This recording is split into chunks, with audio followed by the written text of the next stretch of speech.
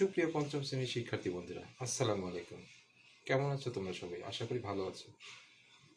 আজ আমরা তোমাদের গণিত বইয়ের দশমিক ভগ্নাংশ অধ্যায় 7-এর দ্বিতীয় পর্ব নিয়ে আলোচনা করছি, অর্থাৎ কিছু অঙ্ক আমরা প্র্যাকটিস করবো এই অধ্যায়ের। চলো শুরু করা যাক। প্রথমে আমি যেই অঙ্ক নিয়ে আলোচনা করেছি সেই তোমাদের এই অনুশীলনীর ভগ্নাংশের গুণ নিয়ে শুরু হয়েছে অঙ্কগুলো। তো গুণের কিছু অঙ্ক দেখিয়েছি, দেখো 0.08 গুণ 5। এটা করতে গেলে কি করতে হয়, যে এখানে দশমিকের পরে 0.8 অর্থাৎ দুইটা সংখ্যা আছে, 5 আর 8 দিয়ে নর্মালি গুণ দিতে হয়। নর্মালি গুণ দেওয়ার পরে কত হয়, সাধারণভাবে 5 আর 8 গুণ দিলে 40 আসে, 40 লিখলা। লেখার পরে এখানে যেহেতু দুইটা দশমিকের পরে দুইটা অঙ্ক, এই কারণে এই 4-এর আগে দশমিক দিলেই কিন্তু দশমিকের পরে দুইটা অঙ্ক মিলে গেল, তাই না? এখানে দুইটা হয়ে গেল, এখানে দুইটা, দুইটার সাথে দুইটা মিলে গেল। তাহলে মিলে যাওয়ার পরে আমরা এও শিখেছি যে গত ক্লাসে দশমিকের পরে একটা সর্বডানের শূন্যটা আমরা বাদ দিয়ে লিখতে হবে বা লেখা উচিত। তো এভাবে 0.4 হল উত্তর। পরের অঙ্কটা দেখো, স্বাভাবিক নিয়মে গুণ করার পরে এখানে দুইটার আগে দশমিক আছে ডান দিক থেকে, এখানেও দুইটার আগে দশমিক দিয়ে দিবে। পরের অঙ্কটাও সেম, তোমাদের এখানে তিনটার আগে দশমিক থাকলে তিনটা, যেহেতু এখানে তিনটা অঙ্ক অঙ্ক এসেছে গুণ করার পরে, তাহলে এখানেও তোমরা তিনটা অঙ্ক লিখে তারপর দশমিক দিবে। আর দশমিক দিতে গেলে বাম দিকে একটা শূন্য বসাতে হয়, এটা নিয়ম। তারপরে হচ্ছে 30.9 গুণ 23। এটাকে করলে কি করতে হয়, এটাকে স্বাভাবিকভাবে গুণ করবে। একটা জিনিস মনে রাখবে যে যোগের সময় বা বিয়োগের সময় দশমিকের নিচে দশমিক বসাতে হবে। যেহেতু এখানে গুণের নিচেও করতে হয়, কিন্তু এখানে তো কোনো দশমিক নেই। তো দশমিক নেই, তাহলে কি করতে হয়, কি করা যাবে, এখানে যদি স্বাভাবিকভাবে গুণ করো কোনো সমস্যা নেই। যেহেতু এখানে কোনো দশমিক নেই, তাহলে গুণ করার পরে এখানে ফাইনালি শেষ পর্যন্ত এখানে দশমিকের আগে একটা দশমিক হচ্ছে একটার আগে আছে, তো উত্তরেও তোমার দশমিক হবে একটার আগে। পরের অঙ্কটা দেখো, এখানে যে অঙ্কটা আছে সেটাও একইভাবে গুণ করার পরে, যেহেতু এখানে দুইটার আগে দশমিক, দুইটার আগে দশমিক দিয়ে দিবে। এবার পরের অঙ্কটা কি আছে, 0.92কে 10 ও 100 দ্বারা গুণ করলে কত হয়। গত ক্লাসে যারা ভিডিওটা দেখেছো তা আশা করি তোমরা বুঝতে পেরেছো যে কি করতে হবে এখন। যে 0.09কে 10 দিয়ে গুণ করলে কি হয়, ডান দিকে একটা ঘর দশমিক পরে লিখতে হয়। অর্থাৎ এখানে যদি দশমিক আছে এখানে, তাহলে ডান ডান ঘরে একটা ঘর ডানে চলে যাবে, অর্থাৎ এই দশমিকটা জাম্প করে এখানে চলে যাবে। দেখো এই দশমিকটা 9-এর আগে চলে এসেছে, তাই না? যেহেতু 10-এর সাথে একটা শূন্য, এই কারণে এক ঘর যাবে। আর 100 দিয়ে গুণ করলে 100-র সাথে দুইটা শূন্য, এই কারণে দুই ঘর চলে যাবে। দেখো 0.09 দুই ঘর চলে গেলে 9-এর পরে চলে আসলো। আর 9-এর পরে 9 দিয়ে 100কে গুণ দিলে 900 হয়, 9.00, 9.00 মানে 9, তাই না? ডানের শূন্যগুলো বাদ দেওয়া যায় দশমিকের পরে। আচ্ছা, তারপরে 4209কে কোন সংখ্যা দ্বারা গুণ করলে 420.9 ও 42.09 হবে। এই অঙ্কটা যদি বুঝে থাকো তাহলে এই অঙ্কটা তোমরা নিশ্চয়ই করতে পারবে। যে এখানে দেখো 4.209, এটাকে আমার বানাতে হবে 420.9, অর্থাৎ এখানে কি দেখতে পাচ্ছি, যে এখানে দশমিকের পর তিনটা আর এখানে দশমিকের পর একটা, অর্থাৎ দুই ঘর ডানে চলে গেছে। দুই ঘর ডানে চলে যাওয়ার জন্য কি করতে হবে, আমাকে 100 দিয়ে গুণ করতে হবে, তাই না? 100-র সাথে দুইটা শূন্য, তাহলেই 100 দিয়ে গুণ করলেই দুই ঘর ডানে চলে যাবে। আর 10-এর সাথে একটা শূন্য, 100 দিয়ে 10 দিয়ে গুণ করলে আমার কি হবে, এক ঘর যাবে। অর্থাৎ এখানে যেটা আছে 42.09, সেটা করার জন্য আমাকে কি করতে হবে, 10 দিয়ে গুণ দিতে হবে।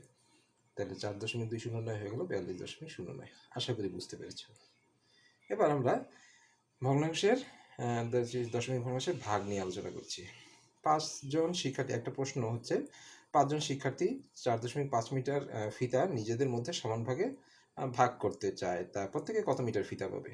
তো আমরা দেখি যে সাধারণ রৈখিক নিয়মে আমরা কি শিখেছি, যে 5 জনের শিক্ষার্থী ফিতা পায় 4.5 মিটার, তাহলে একজন শিক্ষার্থী কত পাবে, সাধারণভাবে 5 দিয়ে ভাগ হবে।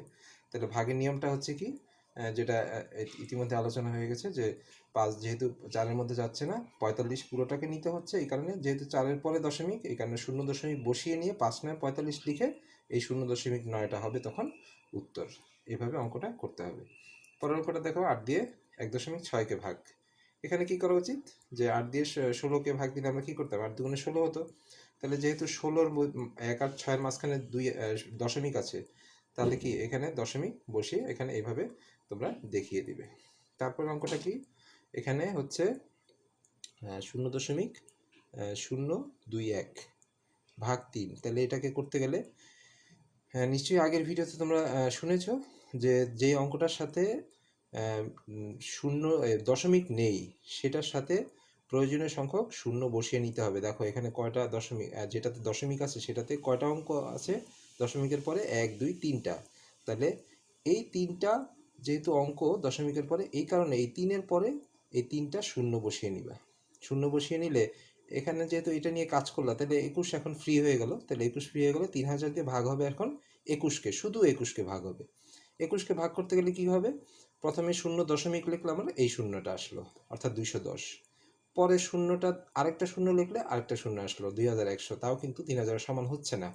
তারপরে আরেকটা শূন্য দিলেই কিন্তু 21000 হবে, তখনই 3000 দিয়ে 7 দিয়ে গুণ হলে 21000 হবে, 3 7 21 সেই নিয়মে। তারপরে আমার 0.07 0.007 হবে উত্তর। আশা করি বুঝতে পেরেছ।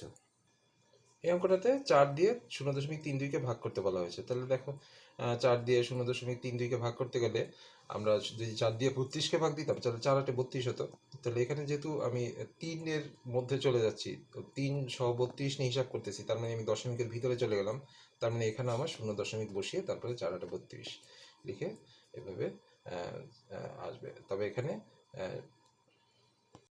একটা লক্ষণীয় বিষয় হচ্ছে যে তোমার 4 দিয়ে যখন 0.32কে ভাগ করব তখন আমরা এখানে 0.0 বসলো, কিন্তু 4 তো 3-এর মধ্যে যাচ্ছে না, তাহলে এই জন্য আরেকটা শূন্য বসিয়ে নিতে হবে। তাহলে আরেকটা শূন্য বসালেই কিন্তু আমি 32কে ভাগ করতে পারবো। তখন হবে কি 0.08। তাহলে এই 0.08টা তোমরা উত্তরে লিখবে। পরের অঙ্কটা দেখো যে 5 দিয়ে 3কে ভাগ করতে বলা হয়েছে। এখন কি করব, 5 দিয়ে 3কে ভাগ করতে গেলে এটা তো ছোট, তাহলে কি করতে হবে যে তোমার একটা 0 বসালেই কিন্তু একটা শূন্য চলে আসলো। শূন্য আসলেই কিন্তু 5 6 30, তাই না? তারপরে 0.6 উত্তর লিখে ফেলবে। 2 দিয়ে 0.1কে ভাগ করতে বলা হয়েছে। এখানে কি করণীয়, এখানে হচ্ছে সেই আগের নিয়ম, যে তোমরা জানো যে এখানে যেহেতু দশমিকের পরে একটা অঙ্ক, এই জন্য 2-এর পরে একটা শূন্য বসিয়ে নিলেই তারপরে 20 দিয়ে 1কে ভাগ করবে। তাহলে 20 দিয়ে 1কে ভাগ করার জন্য প্রথমে কি করতে হবে, 0 বসালে এই শূন্যটা আসলো, তাই না? তারপরে হলো 10, তাহলে 20 10-এর মধ্যে যাচ্ছে না, আরেকটা শূন্য লাগবে, তাহলে আরেকটা শূন্য বসাইতে হবে, তাহলে 0.0 এটা হলো, তাই তারপরে কিন্তু 100 হলো। এখন 20 100-এর মধ্যে কবার যাচ্ছে, 5 বার, 5 গুণিতে 100। তারপরে অঙ্কটা দেখো, বিকল্প আরেকটা নিয়ম দেখিয়েছি যে 10-এর 1 মানে হচ্ছে 10-এর 1 ভাগ হচ্ছে 2, তাহলে 2কে আবার গুণ করলে 2-এর 1 হয়ে গেল। 20 দিয়ে 1কে, এখানেও কিন্তু সেই 20 দিয়ে 1কে ভাগ করার কথা বলা হয়েছে।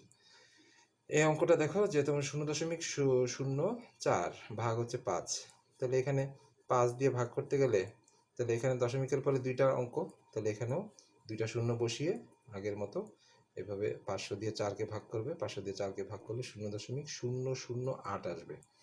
এখানে যদি অঙ্কটা বুঝে থাকো তাহলে তাহলে তোমরা এই অঙ্কটাও করতে পারবে। এখন বাড়ির কাজে এখানে যেগুলো দেওয়া আছে এগুলো তোমরা আশা করি করতে পারবে। তোমাদের আজ এতটুকুই।